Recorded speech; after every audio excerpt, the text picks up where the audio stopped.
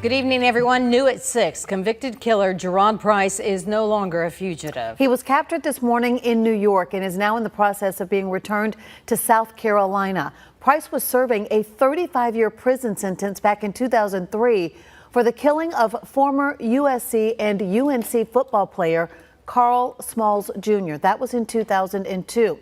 And that was until a consent order granted him a 16-year early release from prison. The state Supreme Court quickly overturned that decision and ordered Price to be sent back to prison immediately, but he never returned, prompting a nationwide search.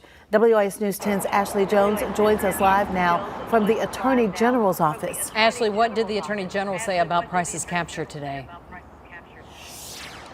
Well, first, the Attorney General, Alan Wilson, started off by touting law enforcement for working so diligently to track down Price, and he credits a tip that was originally given to law enforcement here in South Carolina that aided in capturing Price.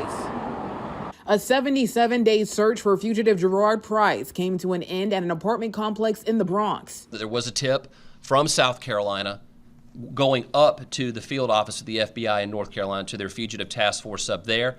And that's what led to them getting eyes on him at his apartment complex, at the apartment that he was staying. Wilson says Price was taken into custody early Wednesday morning without incident, but it's still unknown what connections he had in the New York area. Wilson says charges could be coming for anyone involved in aiding Price. My team here in the AG's office will be reviewing every legal option available to us, but I don't want to get out in front of my skis at this point because I don't have all the information.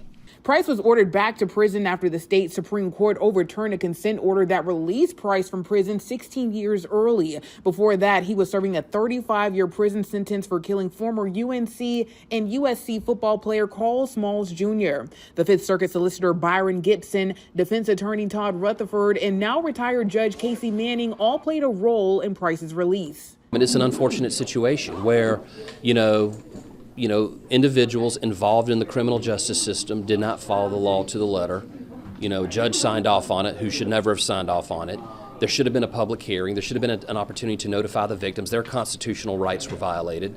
And had the system been followed, had the rules, had the law been followed to the letter, then this would have never happened. Attorney Rutherford released this statement in response to Price's capture. He said, quote, "It is good to know Jeriod Price is safe from those who want to do him harm. Now he has to worry about those in government who continue to heap harm on him." That quote went on to say, while serving in prison, he helped the people of South Carolina, and his reward has been to have his life endangered by people seeking political gain.